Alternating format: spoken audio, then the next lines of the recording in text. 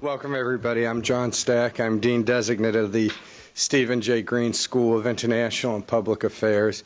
Pavel, you're a celebrity to get this many students on a Friday afternoon. I think it suggests the importance of this presentation on Cuba and the European Union, opportunities, challenges, and tensions. I want to acknowledge the support of the European and Eurasian Studies Program, the Miami, Florida Jean Monnet Center of Excellence, the Kimberly Green Latin American and Caribbean Center, and the Cuban Research Institutes, and of course the Green School. I'm going to ask Ambassador Martin Palouse, the head of our Havel Center, to do the introduction, but you're lucky to have a member of the European Parliament. Too often in the United States, Europe seems irrelevant. I can assure you that it's not. Mr. Telička's experience, his acumen, his vision from both Brussels and Strasbourg, I think is of considerable importance. So, Mr. Telička, welcome. And let me have Martin do your introduction. Good afternoon, ladies and gentlemen. I really appreciate the fact that you have decided to come here to attend this event. I need only to say that this is a part of program sponsored by Knight Foundation, whose intention is to prepare Miami for transition in Cuba. Obviously, I don't need to be convincing anyone here that something is on the air, something is happening. We don't know exactly what it is, and we certainly should learn more by actions where we are, where we want to be. I think one of the missions of the school and of Václav Havel Center is to bridge between the world of ideas and academia and a world of practical actions, public space in general, and international politics in particular in this context. So I think that we are really happy to be able to present you today Pavel Telička. He's a member of European Parliament, as has been said. He is representing the group of liberals. There are political factions in the European Parliament, and liberal group is maybe the one of the groups that really believes that values is what really matter. It's up to Pavel to say that. I only can add that we are both Czechs, that we got to know each other when we were both working for the Czech Foreign Ministry, and we are all both a little bit concerned about the current state and future of foreign policy driven by principles and especially by the idea of human rights. Cuba is excellent opportunity to raise these questions, no doubt about that. And this is part of the project which we have here and which has been here around for some time. Just for your information, European Union is a complex entity. There are institutions in Brussels, there is a European Parliament there, but there are also capitals, member states, and they are also participating in the debate. What I think makes me proud that this school has been able to launch an operation in Berlin, in the capital of Germany. We are going to have there, in cooperation with Konrad Adenauer Stiftung, a conference, Quo Vadis Cuba. Where are we going, Cuba, in the current situation? And I think that it's extremely important for Cuban Democrats to send certain message out. We are here, we want to be heard and respected because it's Cuban people who should be deciding about the future of the country. How this afternoon is going to be organized. I've asked Pavel to come up with his presentation, 30-40 minutes, and then before the floor will be open for questions and obviously Pavel's answers, The answers are not that obvious, but let's... I asked originally one distinct Cuban democratic member of democratic opposition, Rosa Maria Paya, who is on the way here to start a conversation. But I need to introduce Dagoberto Valdez, who is also here.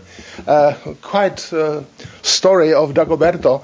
So I would also like to ask him to be the first, together with Rosa Maria, to engage Pavel, to ask tough questions, because that's what European Union needs to hear from Cubans.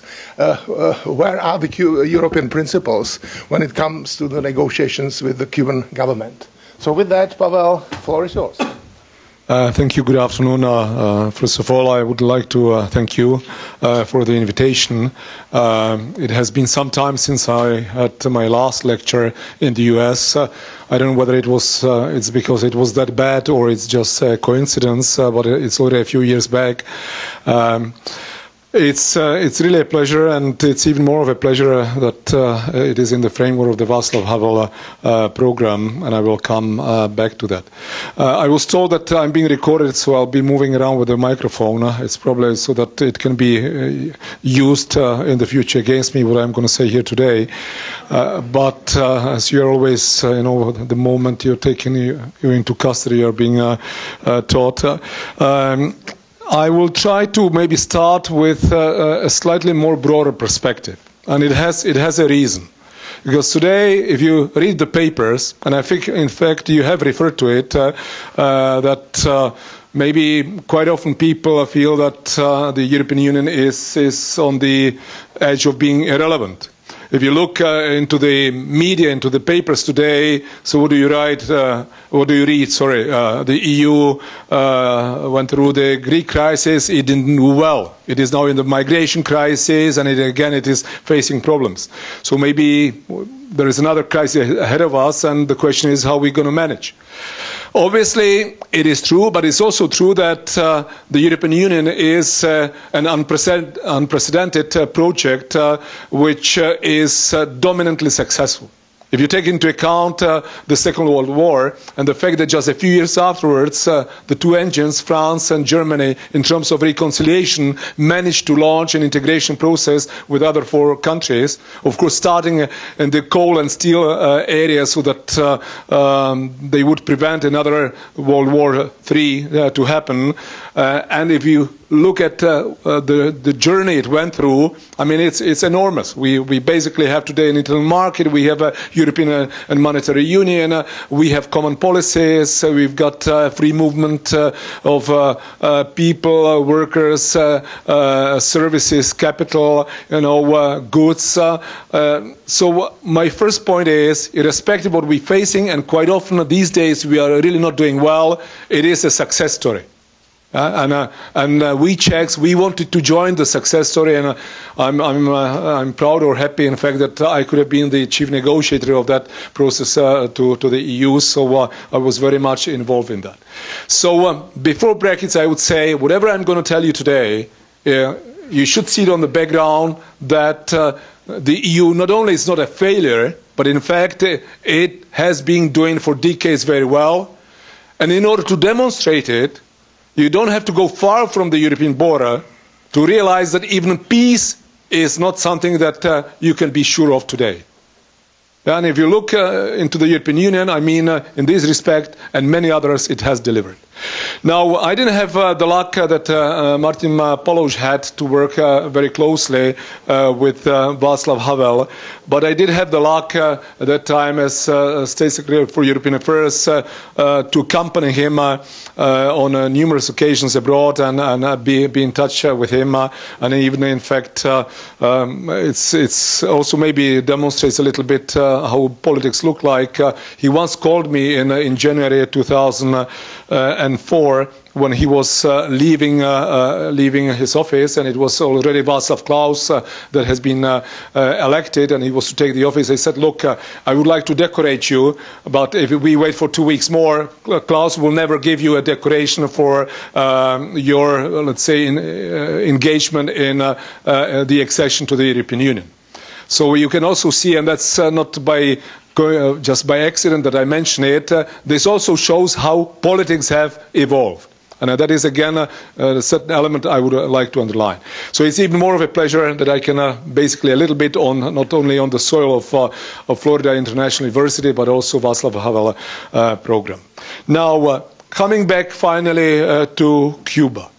And again, not just Cuba, but human rights. What we see, and that is why I mentioned these one or two elements from politics, what we really do see in the 21st century, too much pragmatism in politics, in foreign policy, on issues related to human rights.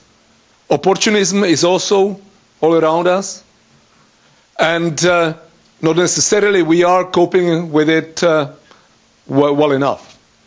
So if we today look at the development with Cuba, you know, what was the first reaction in Europe among people dealing with Cuba and other countries, similar countries, was the Americans are ahead of us. So the first reaction was not, is it really justified to have such a relatively significant change in foreign policy of US towards Cuba, but it was, look, we are falling behind. And that also shows you that we are living in an environment where we could even say that politics are in crisis. Now, I don't want to comment too much on the US policy to Cuba. It needs to be said, at least that's my point of view, that the international community policy towards Cuba has not been too successful, has it? I mean, at least it hasn't changed. Nothing has changed on the island. We still have the Castros in charge. We still have an abuse of human rights. We still have people living in incredible and indecent conditions. We still have basically no light on the horizon, so we have not succeeded, clearly. There was a need to provide or to introduce a certain shift, that is for sure. But the way that it happened, and I did meet today some of the key people, definitely I would consider them key in terms of what they do, and that is the president and his colleagues of the American Cuban Foundation. And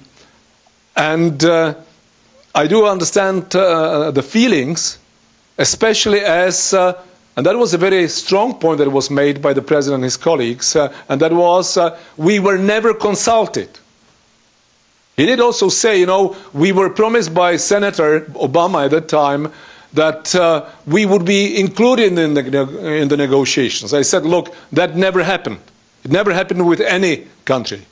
It won't happen with Cuba. No one will really include into the delegation, a delegation of the opposition to negotiate, let's say, the new quality of relations, or not to speak even about international agreements. But the very fact that the democratic opposition, the independent organizations were not consulted, that shows that not only something is wrong, but that also shows that in the new policy, the concerns and the interests of the people of Cuba, whom I believe that these independent organizations really represent, not to speak about, personalities that spent years in imprisonment for what they have been doing in favor of future development in Cuba. I mean, this is incredible. But in order not to be sort of critical towards the U.S., the same is happening in the EU. The EU has embarked on negotiating a cooperation agreement with Cuba, but again, there are basically no consultations taking place. There are contacts, but with the, let's say, government, the government of Cuba tolerated NGOs. And we can always, I think, have a fair argument on how independent these organizations would be. So while we needed a shift, and shift is taking place, the question is, what kind of policy are we really having today? And what will be the policy in the future? And what is the new policy bringing also to the Cubans? Because I would say that it matters most No? Well, what is going to be happening in Cuba, and how will it affect sorry for the word, the ordinary Cubans living on the island, but also people in exile. And I think that the discussions we had today, and more that we're going to have still in the afternoon, and also the discussions that I want to hold with Martin Palouš and with my colleagues in Washington on Monday, and then in the EU, I mean, we should be focusing exactly on these points. So opportunities, sure, I mean, opportunities have to be looked into. But what are the opportunities at the moment? I mean, I'm being told that nothing. I haven't been to Cuba yet. I hope to go in February if I'm sort of given access. But you know, what is changing, and I'm being told nothing is really changing. It's definitely not changing for the benefit of ordinary citizens. And in fact, the trade that is taking place is bringing U.S., as I learned today, $300 to $400 million US. I would say that is peanuts, but definitely not even a part of it is ending up with the Cubans themselves. So I would say that to some extent, I might not even be exaggerating to say that it even seals, in some respects, the current Cuban regime. Now back to Europe. I mean, opportunities. Looking at the title of the presentation, I have to look again what are the opportunities. And the opportunities probably are seen by many that we need to catch up with the US so that we have an influence on Cuba. At the moment, we will be slicing the cake, that we get a reasonable slice of the cake. But again, when Federica Mogherini, the High Representative of the EU for foreign policy, let's say sort of a foreign minister of the EU, has been to Cuba. I'm looking at my colleagues because when I learned what she's been doing there, saying and whom she's been meeting, I wrote to her a letter, why didn't you meet with the democratic opposition? It didn't take place. She met again those that were sort of put in front by the Cuban authorities. So I mean, looking at the first word, opportunities, I don't want to be too pessimistic, but I would be looking at it mainly through the lenses of the Cubans, and I don't see that much of opportunities coming their way at the moment. Unless we manage, with a shift of policy also, to bear in mind who is especially concerned, and to pick up the issues of concern and interest of the Cubans and their representatives, and introduce them in the talks. So I would say, especially as we have in our EU legislation, let's call it legislation, a provision which clearly says that the negotiations on cooperation agreement have to be conducted in a way that we make sure that human rights are respected. So I would say there is even a reason, an argument to have a conditionality in the talks. I think that in any talks where we want to arrive at a certain progress which would not be just economically or financially measurable, that there would be a progress, because this is what we have opted for, no? We have modified the policy because it didn't work. We want to change it. So how are we going to change it?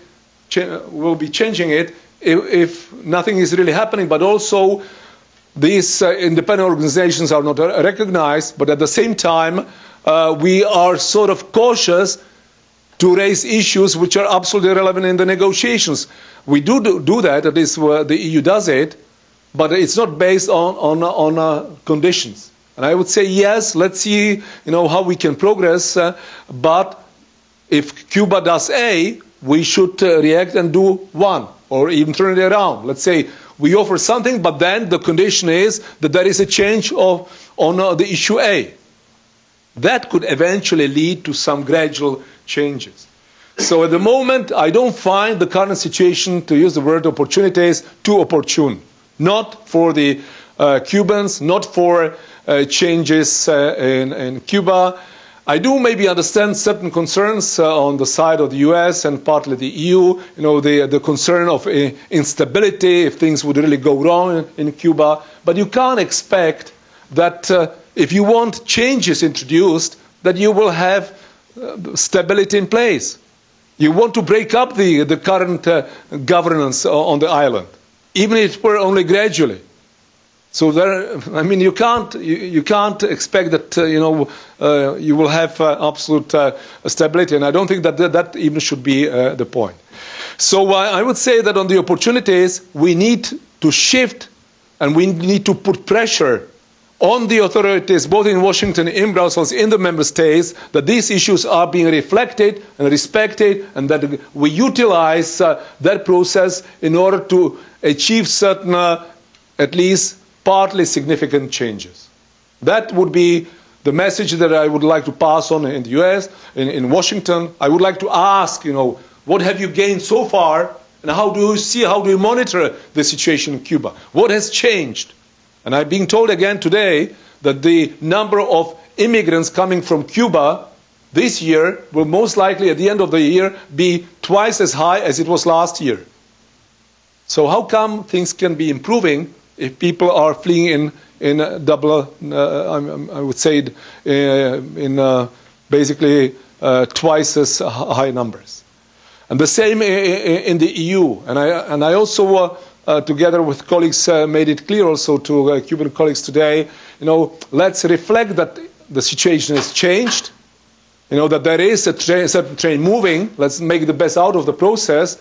But we will have to contribute. We will have to be telling also what are the expectations. Yes, the opposition to be recognized, to be consulted on the issues, but also what is to be changing. And it's insufficient to expect that Washington or Brussels would have an absolute clarity what the policy is to be in a year or 2 years' time. We need, and I mean, and the opposition and the representatives need to say, this is what we would expect, this policy, these changes, and elaborate on the concept. One other remark, key.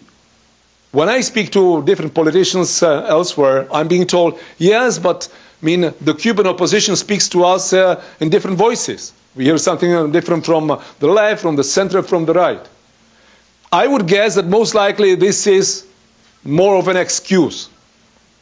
But when can you work with an excuse? If you at least give a certain opportunity to someone to make an excuse out of it. So what we really need, and this was also my message today, and will be in the coming days, weeks, and months, we need to have a united Cuban opposition, irrespective of the part of the political spectrum, on a certain number of issues. Now, what are the challenges? Basically, opportunities, as you can see, are to a large degree the challenges that we are facing. Now, we, of course, in the EU, and I don't want to speak for the US, I'm not an American politician, but in the EU, the challenge obviously is that we become in our policies much more efficient.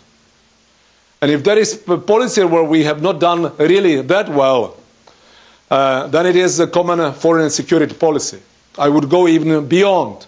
I'm a firm believer that the European Union needs to have integrated military capacities under one command, with one budget, deployable in a short period of time anywhere, including, if the need be, in Syria. So that is one challenge for us. Because what we see on Cuba and on Syria and on migration is, in fact, reflection of the fact that we are not efficient. And some of the policies need changes, and some of the changes will have to be quite significant. We might even need to touch the EU treaties, the treaty basis, the foundation. But then the challenge, of course, is that we will still, in the future, consider human rights as an important issue. As an issue that it is lined with that Article 2, that EU legislation I've referred to, that we will definitely not compromise on that, and we will evolve and develop relations, we will provide concessions, we will conclude agreements if we see a gradual, at least, change as concerns the respect for human rights. But the biggest challenge at the moment is that we manage the process well, which has started, we've been launched by the Americans. By the way, I don't think that was consulted between the Americans and the Europeans. And if it were the other way around, I would say the same. And I think that if we do consider ourselves as the most mature, partners respecting certain values, closest to each other. These are issues that should be subject to consultation, because then you can have the individual policies to be efficient. Now we are competing. Who will get most out of it? So for me, this is also in the US-EU relationship, this is also a challenge. And the challenge is that we will use that process, that we can have an impact on what is going on in Cuba. It is insufficient to say, we find with the stability, and in fact, the Cubans are playing a relatively positive role in the whole destabilized Latin America.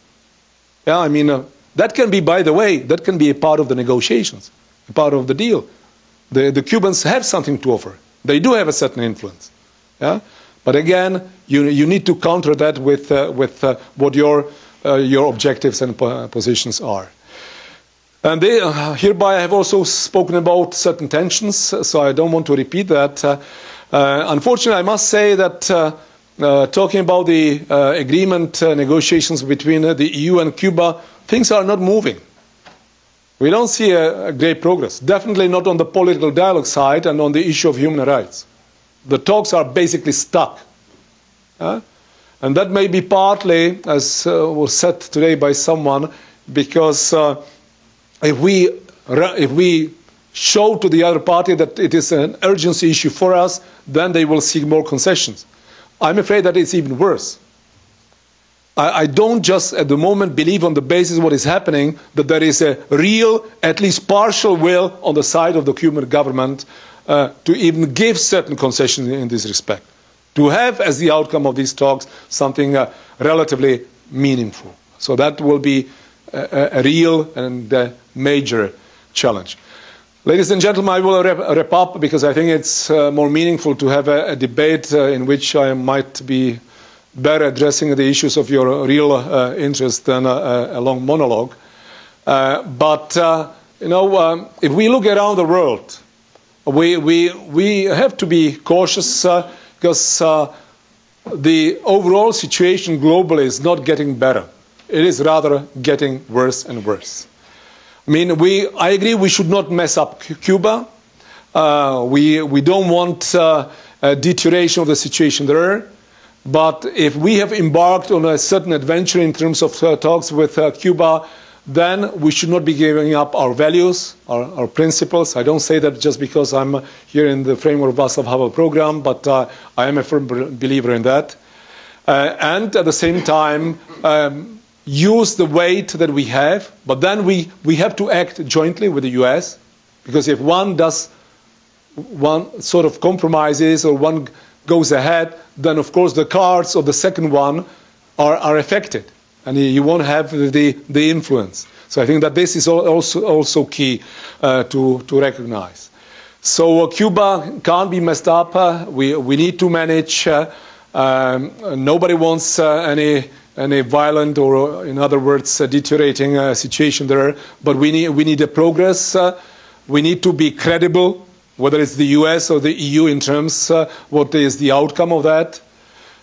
We need to be setting examples in this respect. This might be a precedent for something else.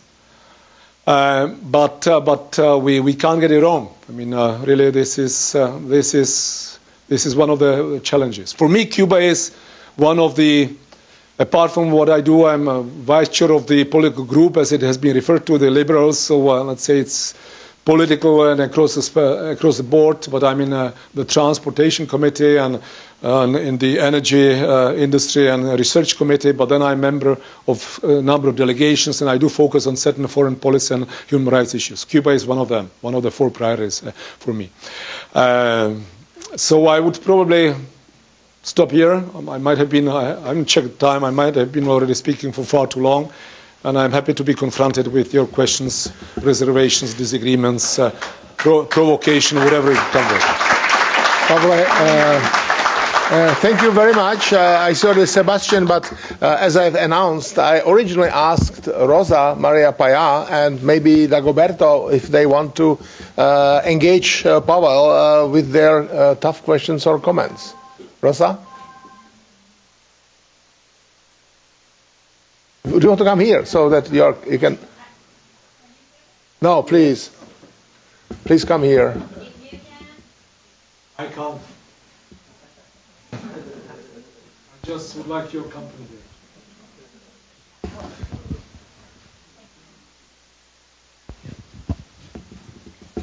Okay, thank you so much again. I think that, as you just said, the discussion is going to be much better. If I can contribute in something, I would like to put 2 points over the table. The first one, I think we agree, the point of the a united opposition is more likely an excuse. Even if there is no an opposition in Cuba, there are violations of human rights in Cuba. There are improvements that are elemental, that are basics, and that could be part of these conditions that the European Union could put over the table of negotiations. The other, I agree, is better if there is one voice, or at least elemental tools that you could use in order to talk with the Cuban government about things that can actually be measurable. Because, and as Václav Havel used to say, there is a difference between symbolic solidarity and a solidarity that could be effective, that could actually change things. For instance, there have been several intents of putting these conditions in measurable things. One was the Varela project, with the 5 points that are actually still in the hands of the Cuban government, are actually waiting for an answer, and it's very basic, and it's not related just with the opposition, it's related with what the citizenry wants. Freedom of expression, freedom of association, and the liberation of the political prisoners, real free enterprises, not what we have now, that is just a permission of the government to have timber issues. I suppose you know the word, but are really small business, like selling peanuts or cutting the hair, that kinds of things in some cases, and the possibility to have free and pluralistic elections. In order to do that, well, we need to change the constitution, because the constitution right now says that you cannot change the political, economic, or social system. You cannot change it, and that article, and you cannot change that article according with the constitution. But given the fact that there are specific real things that you can ask for as negotiators with the Cuban government, and given the fact that there are other, and I'm sure, well, Dagoberto is here, that there are other proposals that have come from the opposition, but there is one in which I particularly involved, which is the asking, or the petition for the realization of a plebiscite. The thing is, a transition process in Cuba cannot start if the Cuban citizenry cannot be part of them. Of course, that the opposition has a role, and I would like to see that the opposition is being consulted. I would like to see that the opposition could actually influence in that process. But not even the opposition has been chosen by the people.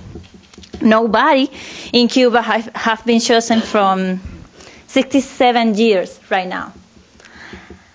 So why not to ask to the Cuban government to consent in that plebiscite, to ask to the people what is the future that they want for them and for their children. A plebiscite in order to change the system and have free and pluralistic elections. Do you think that that could be a point in that table of negotiations? Can I, before you escape somewhere, just I will answer all the questions, but I wonder, on the first 2 points that you have made, surely you are delivering the same message to the U.S. administration. Well, what is the answer? Are these issues raised? Are they being raised in the talks between the U.S. administration and the Cuban authorities? They have been raised they have been raised by the opposition in several times of the history. By the U.S. administration towards the government of Cuba. Well, if I could talk just by my experience, I have raised these points with the U.S. administration, not because I think that the U.S. administration or the European Union should be the ones that liberate Cuba, but for sure they are playing a role in these negotiations, and they right now have opportunities to move things. So we are now hoping that the European Union or the U.S. administration to show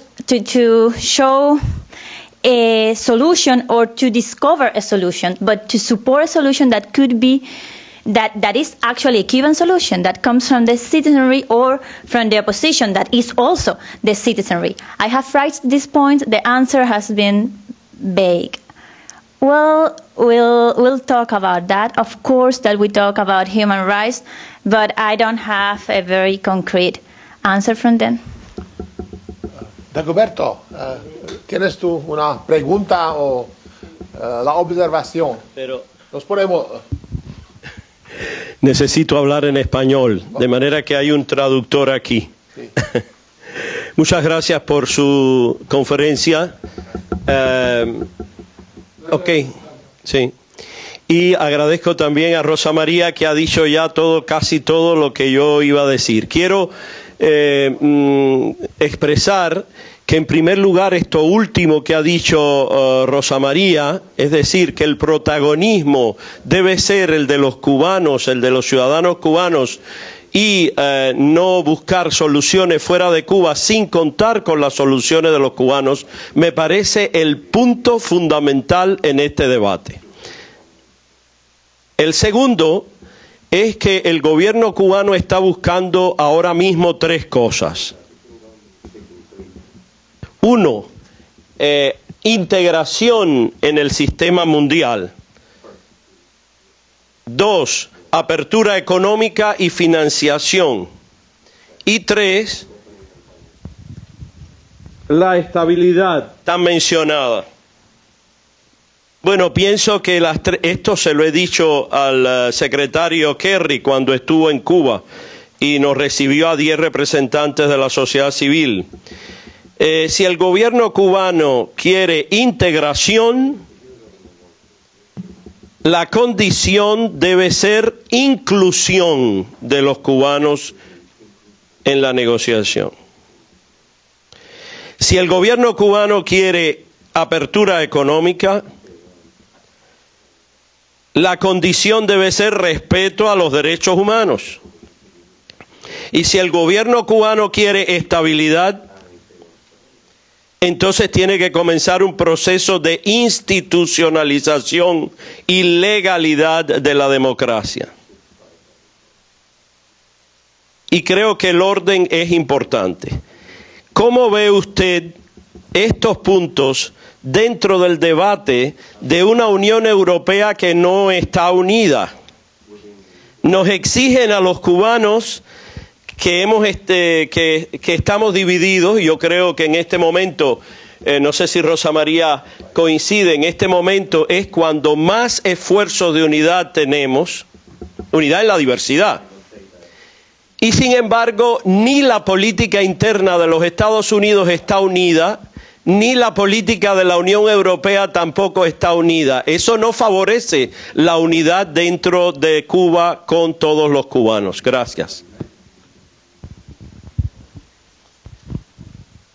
Okay, so I'll try to come back on all those questions. As you have said, in fact, they do overlap. I deliberately asked about what is the reaction of the Cuban administration. You said very vague. In fact, I don't know whether it was vague or not, but we don't see any results happening. That is something that we agree on.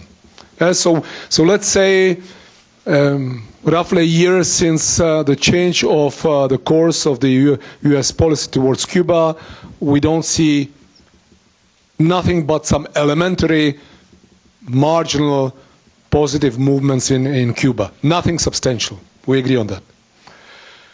Which means that either the policy ran too fast, and in fact it didn't work with the conditionalities, or it is in the pipeline, I mean, what is the positive feedback? From what I know, we don't see anything in the pipeline.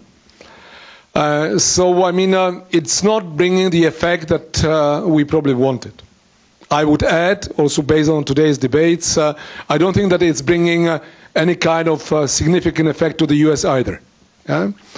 Now, the EU, and I will come back to your questions. I'm just trying to comprehend, let's say, and also see whether we are in agreement. As concerns the EU, as I've said, I mean, the EU basically started on or embarked on these negotiations with Cuba more or less in terms of catching up process with the US. I mean, we had member states that wanted to do it already for some time. We had member states that opposed it. We had member states that didn't see it as a priority. So I do admit, I mean, it's strange for me to say European politician because until recently I haven't been one. But okay, as a politician, I need to say yes. I mean, there are no solid fundamentals of that policy towards Cuba. And that is why I'm here. That is why I'm going to Washington. That is why I want to go to Cuba. I want to see that we put pressure as the European Parliament on the negotiators, on the member states, that there are certain deliverables, that something happens. Now, all that you have said, one remark just on the excuse or non-excuse. I believe that it is dominantly excuse. But as I've said, and please take that into account what I'm saying, you might disagree, but please reflect on it, that if the opposition is absolutely firm, strong, and is communicating well through the right channels also with the EU, then you are not able to have an excuse. So just reflect whether everything is as you say. I'm not saying it's not. I'm just saying that I'm one of those that fully understands you, that for some time has been involved. I'm not entirely a fool. I've been in negotiations on international agreements, including the Czech accession, so I think I can negotiate, but this does happen.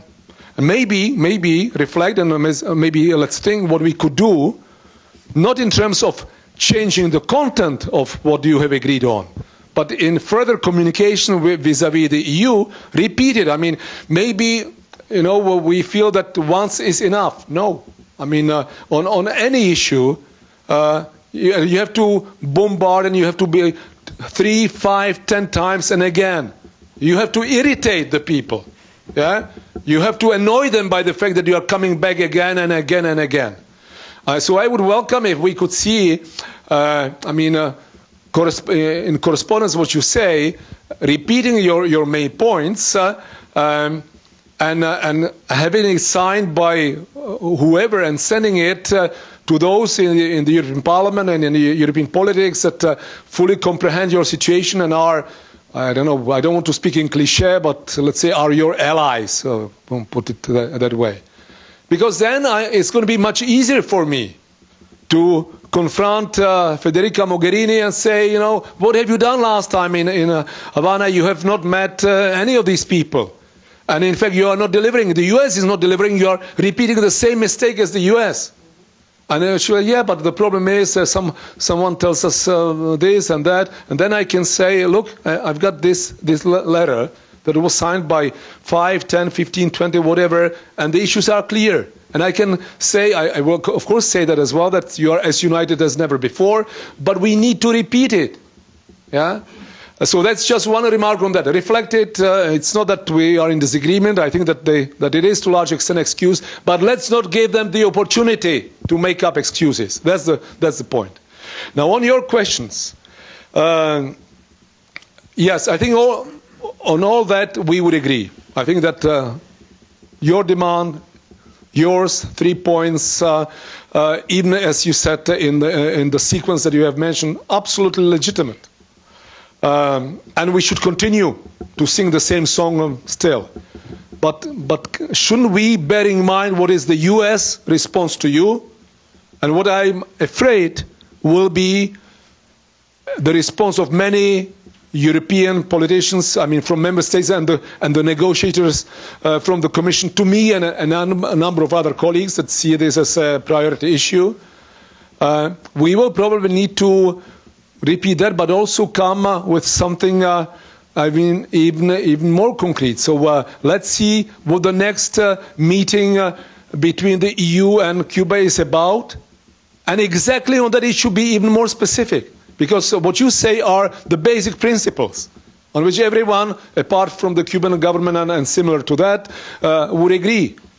Yeah? Freedom of expression, yes, but can we be a little bit more concrete now to say, because we probably can't expect that in 6 months from now the Cuban government will say okay, and the Europeans and the Americans, especially with the elections, will put pressure on Cuba and will say okay, we will have free elections.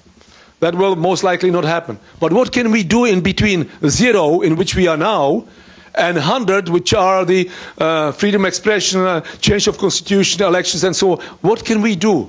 Yeah, and that is, I think, maybe one example is integrating, because you have said include the Cubans in the talks. I would even say, don't do that. Don't do that. Let the Americans and the EU talk to them, but let them include in all the talks the condition that there will be a political dialogue, not between the EU and Cuba. We need to have that, but we should want a political dialogue between the Cubans in power and the Cuban opposition. Yeah? That may be something a little bit more maybe concrete, yeah, and maybe slightly more achievable. Maybe it will be very formal, maybe it will be useless, but the very fact that we would manage, that the Americans and the Europeans would pick it up and say, look, we won't progress. I'm not saying that it will happen. It's very, very difficult because of what the politics are today, I admit it. But if we could achieve a situation that they would raise it in the talks, that already is a punch in the nose to Castro and his guys and dolls. No? That someone would say, look, there should be, this is a condition for us. So let's think jointly what kind of these sort of concretes we could come up with, as a certain list. And because, if we go on Monday with Martin and my colleagues to Washington, we will say, look, you should do that. They will probably give us the same answer as you. Yeah? As they have given to you. But if we would come with, or next time in Mogherini, and with concrete ideas, and if I could manage the European Parliament at the point of time when we will be delivering either an opinion on the agreement with Cuba, or maybe a resolution, that we could put into the resolution 3, 4, or 5 of these concretes, and not just expression. The first para can be preamble, notwithstanding the fact that we continue to insist on all that you have said, but in the second para, come with a few concrete points that we want to be integrated now in the dialogue, in the talks. That for me would be a certain progress. And maybe let's sit down, and if you can sort of push me and other colleagues, with something signed and so on, that will really help. Because on substance we are not in disagreement. Maybe it's not all nice music to your ears, because I'm saying bluntly, I don't see it at the moment very opportune. But it doesn't mean that we would be giving up. On the contrary, let's shift a little bit the way we perform the issues, so that we can have, more of an influence and do it in a more clever way, at least on our side. I see at least 2 people who want to participate. Sebastian and gentleman right after. Sebastian, you are first. Thank you. I will pick up both questions. Thank you. Mr. Telička, first, let me thank you for your concern for the cause of freedom in Cuba. Your support is appreciated.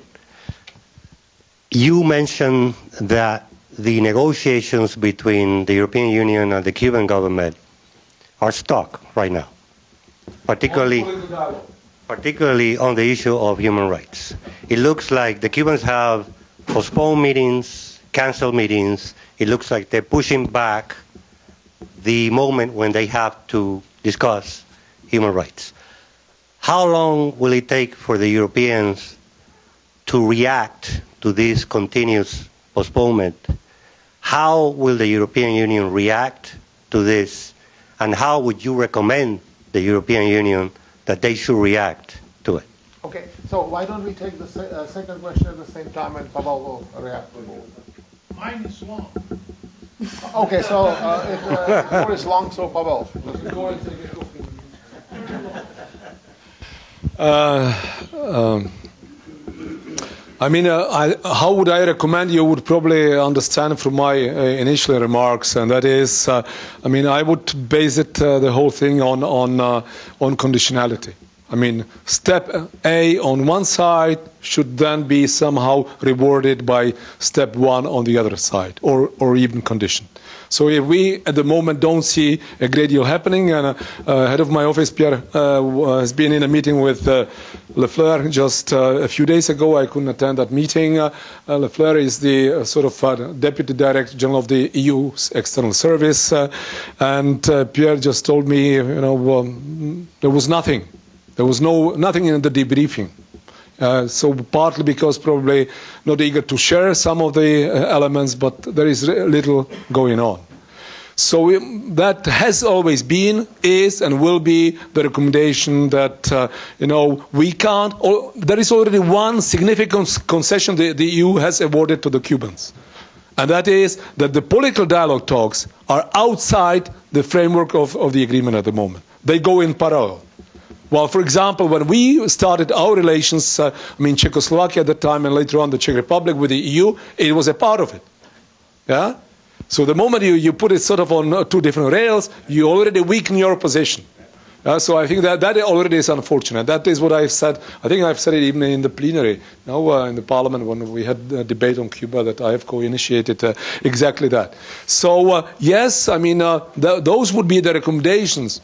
There is nothing going on. Don't move. So if there are 3 things that the Cubans want, well, they have to, sorry for, let's say, a trader's language, but then they have to pay for it. Because I can't credit the other party all the time. Yeah? So if there is nothing significant going on, then I wouldn't react. As someone said today over lunch, we shouldn't see it as a question of urgency. So I think that it is about negotiating techniques, and on those probably I would differ with some of the people. But again, to be fair, I'm not a part of the negotiations. I don't know all the information, all the details. Maybe I'm getting something wrong. I don't know. Now, there is one even more important issue. I think that if we will continue to have a situation when one of the 2 powers, be it the US or the EU, will feel the other is getting away with something, then it won't work. Yeah? So whatever we will tell them, whatever will be the influence and the unity of the Cuban opposition and so on, if the Europeans feel that the Americans today are ahead with the Cubans and that it could provide for some benefits, then they will move as well. And this is, I think, what is in fact taking place. So my point is the following. And comes and on which I will demonstrate that what I said at the very beginning of my introductory remarks was logically sort of related to what I've said later on, and that is that we will need to have a different attitude, not only towards Cuba, but we need to have a different quality of dialogue on some key issues between the US and the EU. If we can get a better understanding and better coordination on some foreign policy issues between the 2, the result will be different. Whether it's Cuba or it is Syria or if it is Afghanistan. The moment one will act and the other not, you will always have that sense. It's not just to blame the Americans. If it were the other way, or the Europeans the other way around, I'm sure the other party would like to catch up. So that might be lying sort of even beneath the slope of these issues. Okay. Okay, gentlemen over there, and then I see more. But please limit yourself. I'm afraid that you don't want to be too long. Well, this is a dream come true for me for 53 years. Okay. Just to hear a member of the European Union, okay, the United Nations, the OAS, and the rest of the world, of all the crimes they've been committed for 56 years, including 4 brothers that they were put into the firing squad. Young as these guys are, okay? We were taken out of the classroom, and 20 of them were put behind. Where were they? They all turned their back on us because it was a new thing, a new leader that he was going to be, and they fell in love like Hollywood with the murderer that later with his brother they became cocaine traffickers, and you can check that fact in the Jimmy Carter administration. You can verify that. But all this, the United Nations, everybody, the EU, they turned the back on us. Cuba has been the people against the government. They've been alone all this time. All this time. And what they have now, you don't have another. I don't have to graduate from any college to know. Castro regimes always depend from a sugar daddy. First, for 40 years, the Soviet Union was the sugar daddy, and he was fine. And all young people, you have to know, both Castro brothers, they are not millionaires, they are billionaires. But now they have the problem that they got to make the generals who keep the government in place, and who won't let anybody make a move because it's their life that they're handling. Okay? It's all about money. Please, can I ask you to head to some question? I'm sorry. Thank you. Venezuela, when the Soviet Union quit, Venezuela became the sugar daddy. Now Venezuela is in trouble. Okay. Who did he go turn to? To the U.S. Because all Castro wants, check all the negotiations, is credit. Because he hasn't paid a bill in his life. He hasn't paid to the European Union, he hasn't paid to the United Nations, and he hasn't paid from anybody. So what we're talking about here is beautiful, but it's just a dream. Okay. It won't come through long as they are alive. Okay, thank you very much. And I see. Can I react to that just briefly? I understand there are other questions, but very, very briefly. I mean, it's extremely difficult even to imagine what you and many others have gone through, and I mean, with full respect. But at the same time, and there's a lot of merit in what you say about the US, EU, the UN. I mean, UN, I don't want to speak about the UN, but I mean, the efficiency of UN, I think, makes no sense really to comment on. But I wouldn't, but two remarks only. I would not generalize, and I feel that you have generalized.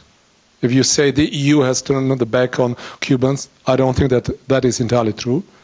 And the second is, this is just a dream, and it will not come true as long as they are alive.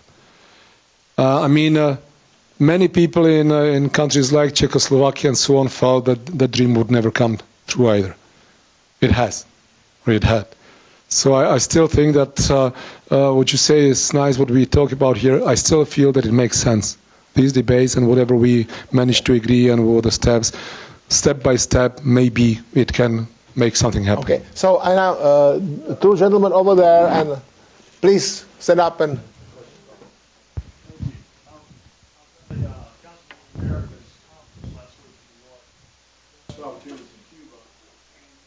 More issues about Cuban rights. I heard in 3 days in New York, so I applaud you for that clear-eyed view of what's really going on in Cuba. My question is, though, the EU member states have been doing business with Cuba forever. There's never been an official codification. Certainly, Spain has done a lot of trade with Cuba, all the hotels and all that. So my question really is, perhaps out of my ignorance, what exactly is on the table in front of the EU? What is the EU? What is the proposal? What is the dialogue about? Is it diplomatic relations? There is no economic embargo. What exactly is the EU Parliament considering today? Okay, so why don't we take a couple of questions at the same time? Gentleman over there, and then I see more hands. Please. Good afternoon. So why is the EU so concerned with human rights and making demands on changing the political system in Cuba, while at the same time the EU has such strong relations and a free trade agreement with Colombia, a state with a long and extensive history of human rights abuses, a country that for a while has been the location of probably the worst human rights crisis in the region? So in other words, why is there a double morality, a double standards? Selectivity, okay. Yeah. One more maybe, or two more, and then Pavel will wrap it up. Okay, so let's take 5. Okay, please. I have to start to make notes. Hi. Can you just note the questions? Okay, please go ahead. So is there any strategy set up on the table to bring more communication, internet, or access for the Cuban to know more about what's happening in the active world, what is happening in the open world? Is that part of the negotiation or the strategy of the European community?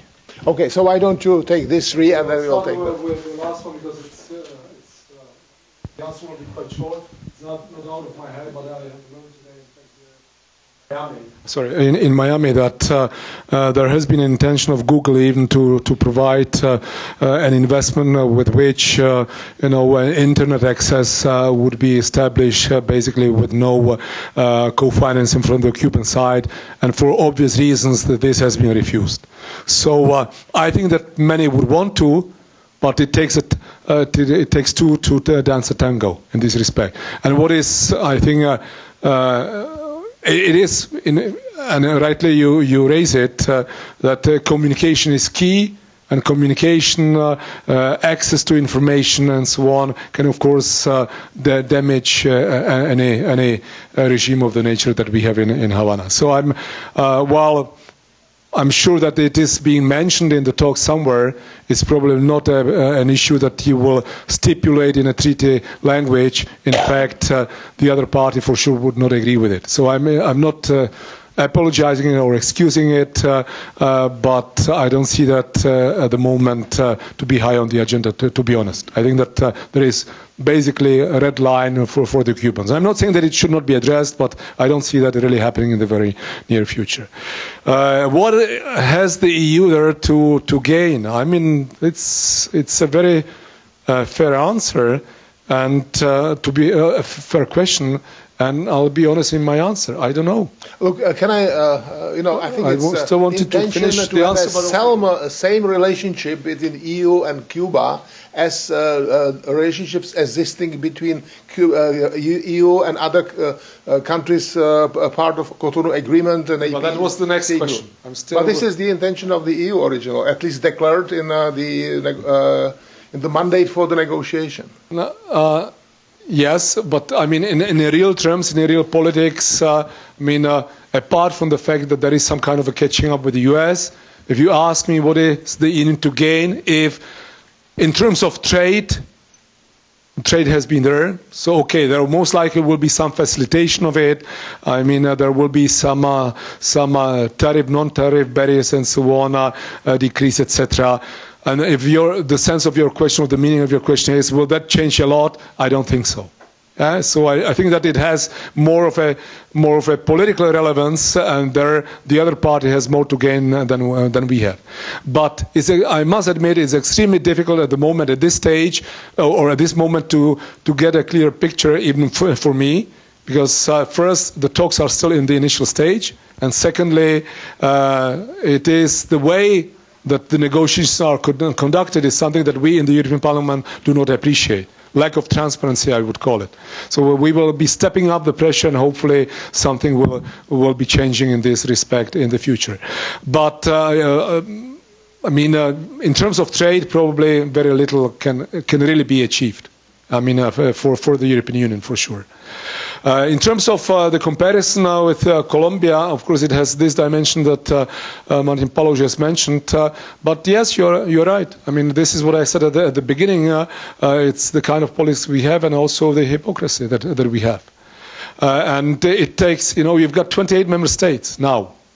And if there are 2, 3, 4 that have a certain interest in that relationship, whether it's Colombia or whether it's somebody else, or whether the attitude would be the one, for example, as you have described, a vague one on behalf of a member state, it could lead to destabilization, or it could lead to deterioration. Let's back off. So basically you come to the conclusion that the starting line is the one that mattered.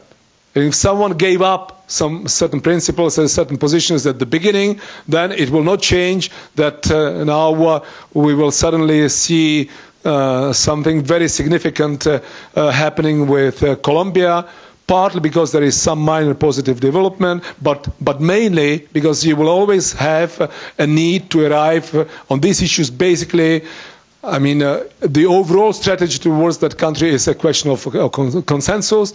The individual then issues can be a matter of qualified majority, but in fact we are talking here about a policy which still is to a large extent dominantly in the member states' competence. So it takes 1, 2, 3 member states to say, no, this is, this is our sphere of influence, this is what matters to us, it will deteriorate, etc. So at the end of the day, I could conclude an answer to the question along the lines what I've said at the beginning. I would like to see a more efficient common foreign security policy, but I would like to see a more common policy, a more European policy, and in fact deal away with a situation that it takes then a certain number of member states to block any development. Mm-hmm. But still, would that be enough to have the courage to deal with it? I won't lie, I don't know. But I think that we really are facing in the EU a few challenges, including on the CFSP side and on defense side and on external relations for sure. That will be very hard not to crack, especially with some of the recent, let's say, I wouldn't say failures, but okay. not really too bright outcomes. You are the first and the second. Please go, start. Hi, good afternoon. I have a few comments. When you said nothing has changed, I left Cuba 3 years ago, and something has changed. Maybe not as many change as we want, but things have changed. For example, when I talk to my friends in Cuba, they say that, as Rosa Maria said, some small businesses are growing up. Blogs like 14 y Medio, Periodismo de Barrio, La Joven Cuba, Chiringa de Cuba. I think for the first time, Cuban people have the possibility and the opportunity to read things that are written in Cuba, but not written by the government. So I think that's a big change. Of course, in the negotiation between European Union and the American government, I think that the big goal here is make people independent from the government. I think it's first time in 50 years that people really they have a choice, not coming from the government. We have to keep in mind that when we have the opportunity to people from being independent from the government, they can make a change in power. Also, for example, I'm sorry. When you say that they want to European Union and United States, they have to press the Cuban government and to dialogue the Cuban government, I don't think that is going to be before 2018 when Raúl Castro will remain in power. Supposedly, he said that he will leave the presidency in 2018. Maybe will be governing Díaz-Canel. And we have, as Cuban, both inside Cuba and outside Cuba, we have the opportunity then to make a strong front against the government, at least. Can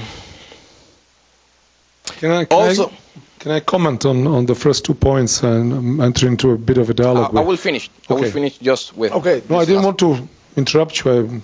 You would have continued, but go ahead.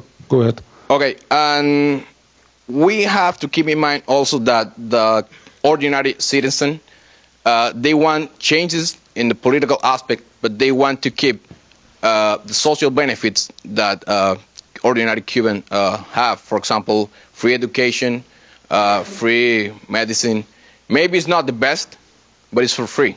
So they want to keep that in the next government.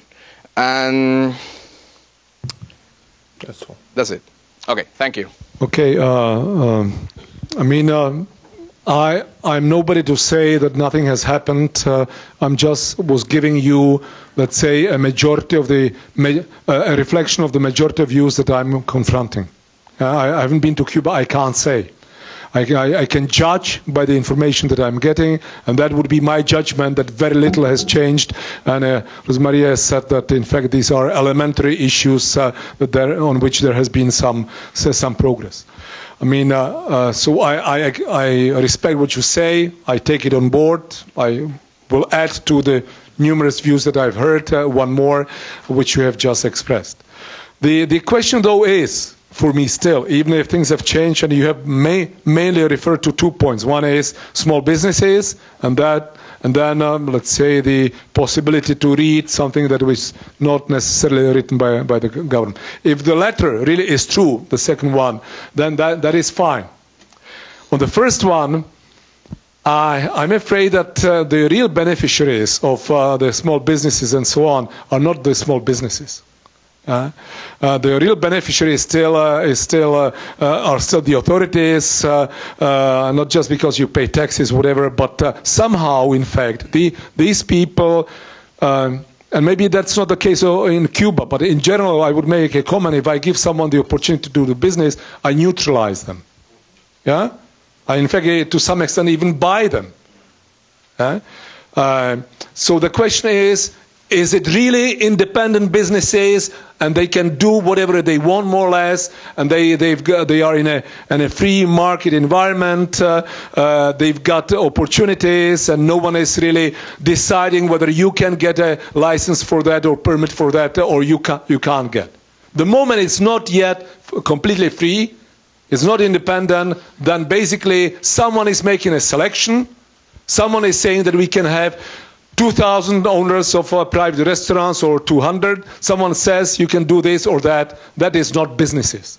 That is maybe even intentional tactical point that I'm somehow trying to portray that there is a real change. Again, I say that in general respect because I don't know the situation in Cuba. Yeah, I'm eager to see it myself, but at the moment I can only depend on what I'm being told. Now that's my view, and you know what is a sign of a real change? I'm coming back to the question of the gentleman about investment, and that is when I see investment coming into the country, but the real investment, because the investment, unlike trade, will come when you are not concerned what will happen to your investment. That means that it reflects real changes.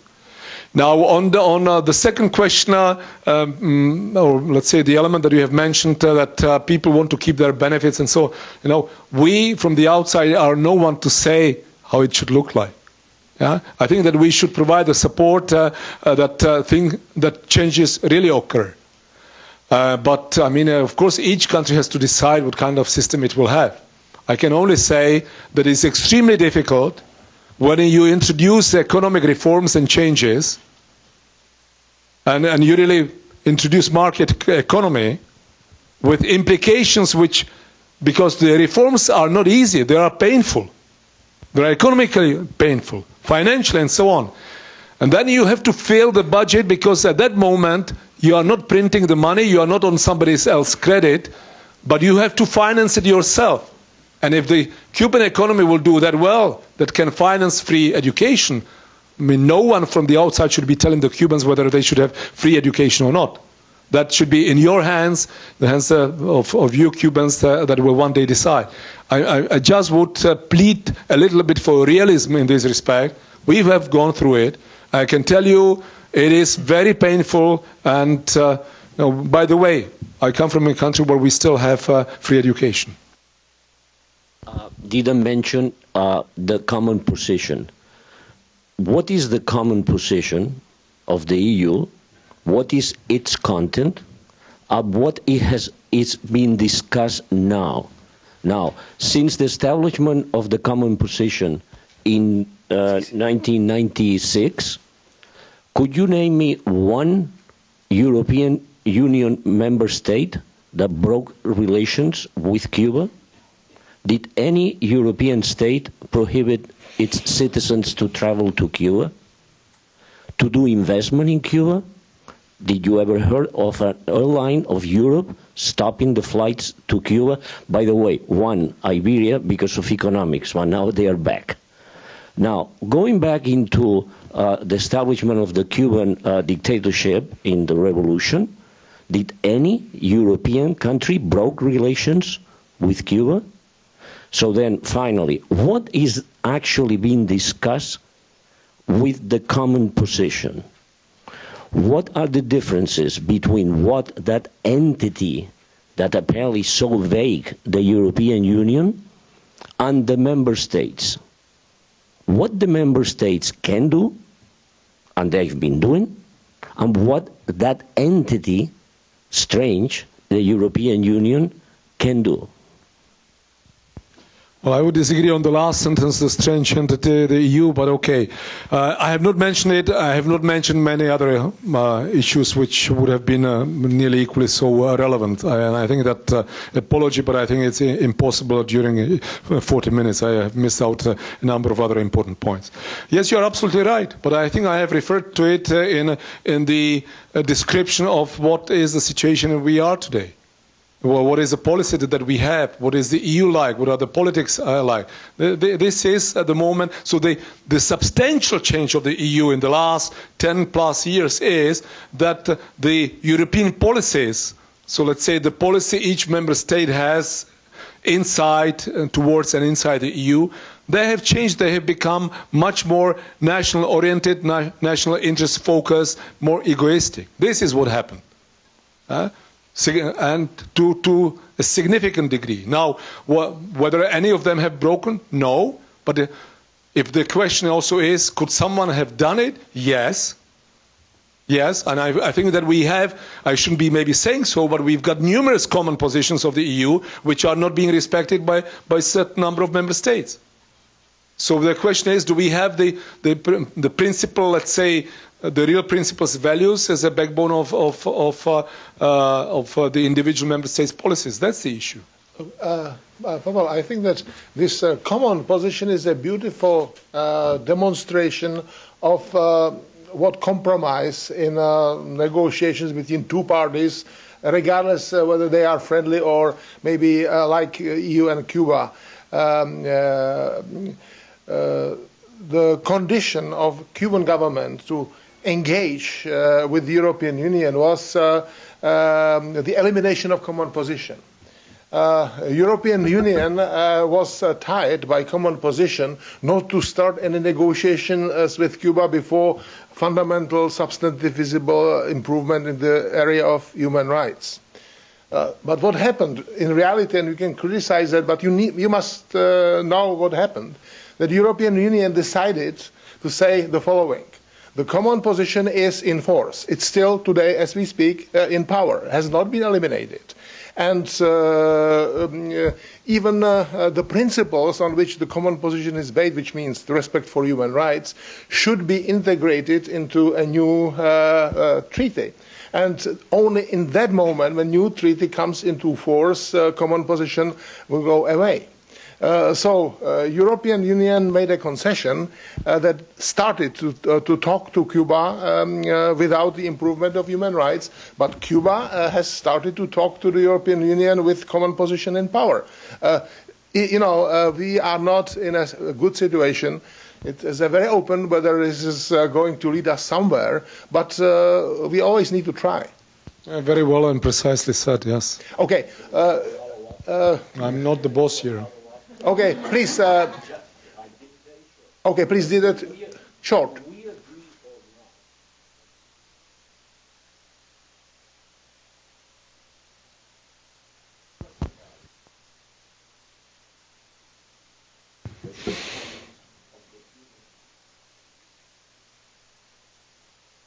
Well, I mean, whether I can't say whether the Cuban regime has been doing it. It has, to some extent, surely. But I mean, is it connected? It's not.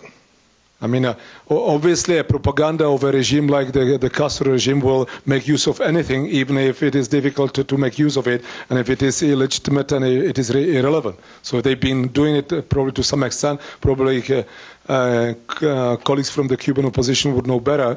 But I mean, that it is absolutely irrelevant. It is absolutely irrelevant. No? What is relevant? I mean, in this respect, that we have a common position and the Cuban government is using it. I don't see any relevance in this context. I think it's a pure propaganda which is completely misleading. I mean, a common position. I mean, it's legitimate for the EU to have a common position on a certain member state. I mean, we might disagree with certain elements, but it was, as Martin has said, it's a compromise between the member states. And that the regime is using it as an excuse and justification, that for me is completely irrelevant. I don't see any relevance in it. Okay, so I'm just observing time, and we have arrived to the end of this session.